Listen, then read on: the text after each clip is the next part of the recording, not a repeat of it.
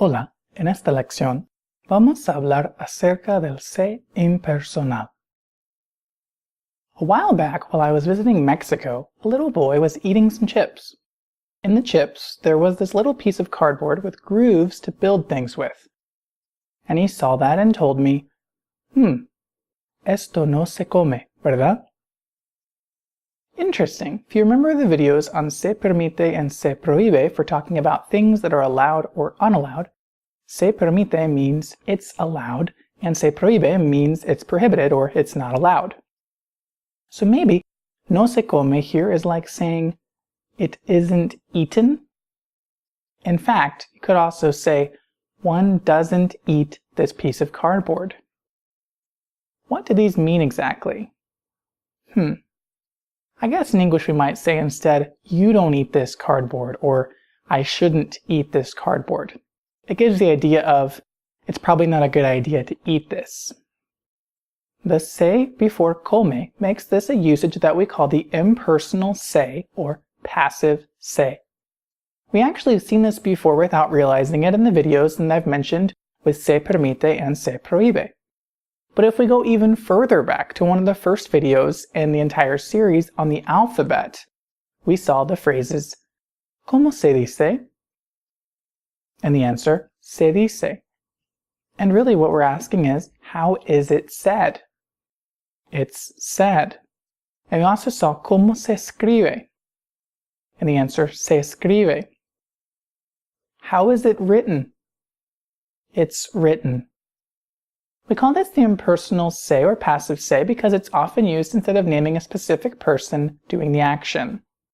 Let's look at some more examples. Se habla español. The literal translations here are Spanish is spoken, or one speaks Spanish if you realize that se is kind of an is something or one does the action. What do you think that actually means? We speak Spanish, we speak American, or we need Spanish. It means in that place, wherever that is, we speak Spanish. So these are the people speak Spanish to those that need it as a service. How about here? Se vende pollo. The literal translations would be chicken is sold, or one sells chicken. ¿Qué quiere decir? What does it mean? Everyone sells chicken here, we sell chickens here, or I am selling one chicken. The best one would be we sell chickens here. Although chicken is used singularly here, it's the idea of in general chicken as a food. So the person, whoever that is, sells chicken. Uno más. Se venden tortas. The literal translations here, if you know that tortas are a type of sandwich in Mexico, sandwiches are sold, or one sells sandwiches. ¿Qué quiere decir? Maybe we sell sandwiches, everyone sells sandwiches, or we eat sandwiches. Here the people advertising are saying, we sell sandwiches. These all have a se before the verb. Let's look again. Se habla español, se vende pollo, y se venden tortas. Notice that we say se venden because there's more than one thing being sold. So that's basically the impersonal or passive se. The way we form it is we take se plus the he, she form of the verb or the they form of the verb. Okay, let's look at some other examples. Some people teach that the impersonal se is often used instead of the to form, which is what we call the impersonal se. We're not really saying you do it, but we're giving the idea of people do it, so we're kind of encouraging you to do it. For example, when a little boy told me esto no se come, he was saying, you don't eat this, like don't eat this, or I don't eat this. But it could be telling me as well, hey, don't eat that, in a very impersonal way. Also, we could see this in the phrase si se puede. And here, hacer is kind of implied, so you're saying, yes, it can be done.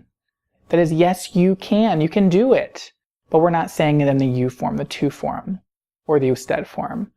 The really common one you might hear from parents to their kids is, eso no se hace. Literally, that is not done. But it's telling the kids, don't do that, don't do that. No, not here, not here. And you might hear somebody say at some point, if you're dancing like me very badly, you might hear them say, así no se baila, which would be like saying, that's not how it is danced. That's not how one dances. But they're telling that's not how you should dance. And so we're giving this idea of you, but without really saying you. And we're not making it personal, but we're making it impersonal, thus impersonal se. And to summarize again, the uses of the impersonal se or passive se, we use it when one does something, as a person does something in general, you do something, we do something, and or something is done, or some things are done. Well, it's basically the impersonal se or the passive se in Spanish. Hopefully you found this video helpful. Let me know if you have any questions or comments about this video, and please leave your own interesting sentences in Spanish using the impersonal se.